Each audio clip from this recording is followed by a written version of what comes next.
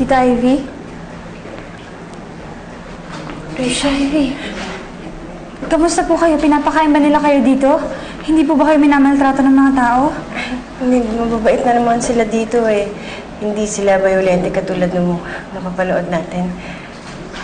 Buti naman po kung ganun. Mas nagpapasalamat ako kasi dinahalaw mo ako.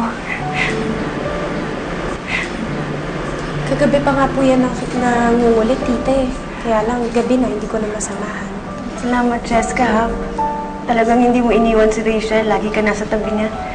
Ganun po talaga, tita. We're best of friends. Walang iwanan. Kaya ikaw, Tita Ivy, hindi rin kita iiwan. Lagi lang ako nandito sa tabi mo. Because you're not just a tita to me. You're like a mother to me.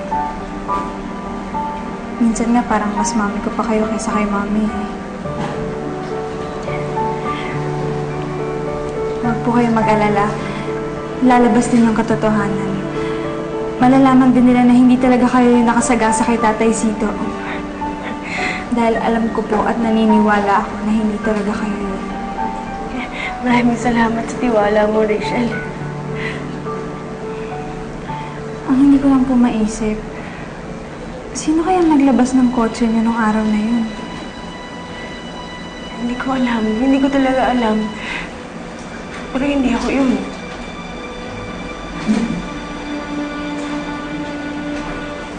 Attorney. On Monday, makakalaya ka na, Ivy. Thank God. Pero huwag tayo maging kampante kasi malakas ang kalaban natin. Attorney, sila Horayan, paano nang nagiging malakas yan? Anong magagawa ng mga barya niya para palakasin ang kaso? Hindi siyang malakas yung taong tumutulong sa kanya. May tumutulong sa kanya? Yes. At yun ang mabigat na kalaban natin.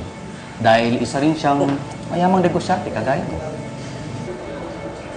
Sino siya? Alfred Benitez daw ang pangalan niya.